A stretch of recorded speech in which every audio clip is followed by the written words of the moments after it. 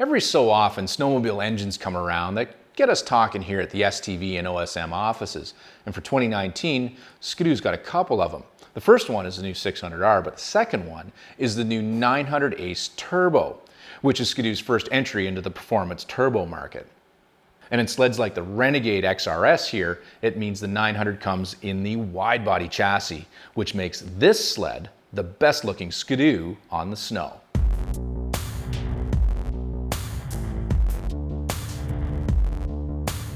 Everyone around here wanted to experience the turbo for themselves to find out if, as a package, it made sense. In a sled like the XRS, the nameplate has got some serious history behind it, but in the two-stroke engine family. And we wanted to know if this four-stroke could compete with its two-stroke brothers in the same chassis.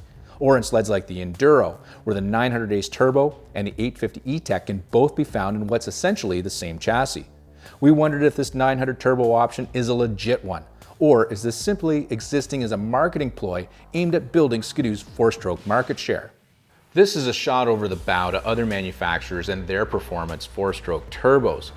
And I believe this machine is meant to keep those Skidoo faithful, ones that simply want a performance four-stroke turbo, from looking over the fence to those other manufacturers who are already building them. After riding the Enduro 900 Ace Turbo and comparing it back to back with the 850 E-Tech, this is a legitimate performance snowmobile, allowing Skidoo customers to have their cake and eat it too, whether you want that cake iced in two-stroke or four-stroke turbo icing. Back to back, the Turbo can hold its own in the power department as compared to the 850. At speed, its 150 ponies are delivered in a much more refined curve that ramps up, where the 850, with slightly more power, feels a bit more frantic on the fun flipper. Each get the job done nicely, just differently. There is a small weight penalty to pay for the four-stroke over the two. 24 pounds more for the Turbo according to Skidoo's advertised dry weight for the XRS, 37 pounds more for the Enduro. And I suspect each are a little understated when you add the increased volume of coolant and engine oil that stays in the sump. So I figure on a sled like the Enduro, it's about 45 pounds heavier on the skis over the 850 E-Tech. A bit of a penalty you feel when it comes time to manhandle the front of the sled around the shop or at full send going into the corners.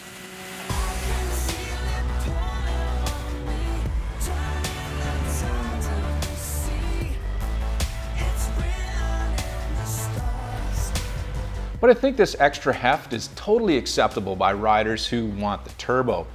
And besides, it's not the weight that's the problem, it's whether or not the chassis can handle that extra weight. Luckily though, the G4 is up to the task. Out front, the RAS3 is controlled by compression and rebound adjustable KYB shocks that do an excellent job of controlling the front end through the range of speed or size of hit. Out back is the R-Motion skid with KYB Pro 40 shocks center and rear, along with the floorboard mounted quick adjust system. The Enduro is a more mellow option with HPG pluses out front. Out back is the R-Motion skid with HPG front arm shock and rear arm air ride, adjustable through 5 preload settings right from the bars. The Enduro is positioned firmly in the crossover market and equipped for riders who want to explore the more adventurous off-trail experience while giving up very little for pack trail performance.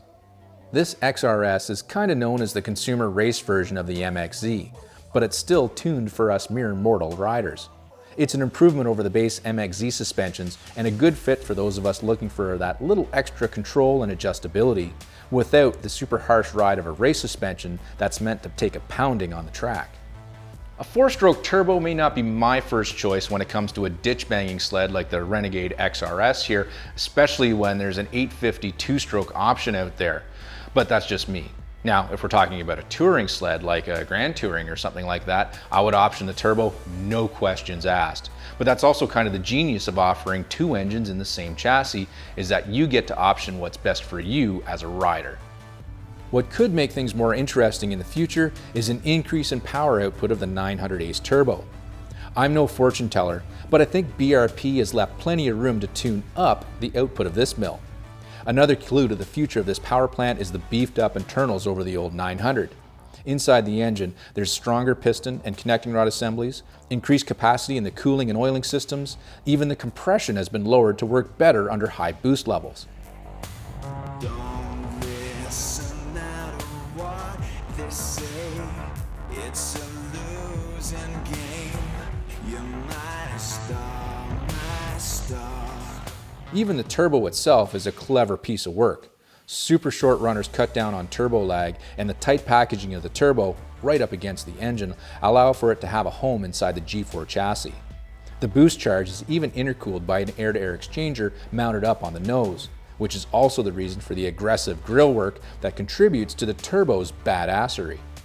So I gotta believe there's good things coming, but there's one thing on this current machine that just bothers me.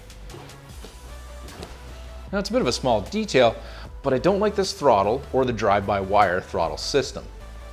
There seems to be a delay in the response from tip-in to the engine building RPM.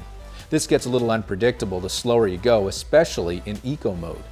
At speed, it's not too bad. The throttle feels more normal, but around the shop or slow in and out of the trailer, I don't like it. I mean, I like the concept. The throttle's got a really light throttle pull, plus the housing. Well, it can be reversible, so you can pull it with your fingers if your thumb gets sore. I also like the fact that the progression changes as you switch this machine between sport, standard, and econo modes. I just don't like the way the programming has this delay built into it. Maybe it'll be something that'll become more intuitive over time and miles ridden. It's just for now, I have a bit of a dislike for it.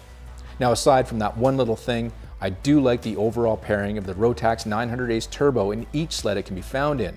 In fact, it turns out I liked it more than I ever expected I would have. It's fun, it's fast, it looks awesome, and I'm looking forward to every bit of boosted snow I can blow at the back of this baby. Got another bee in there.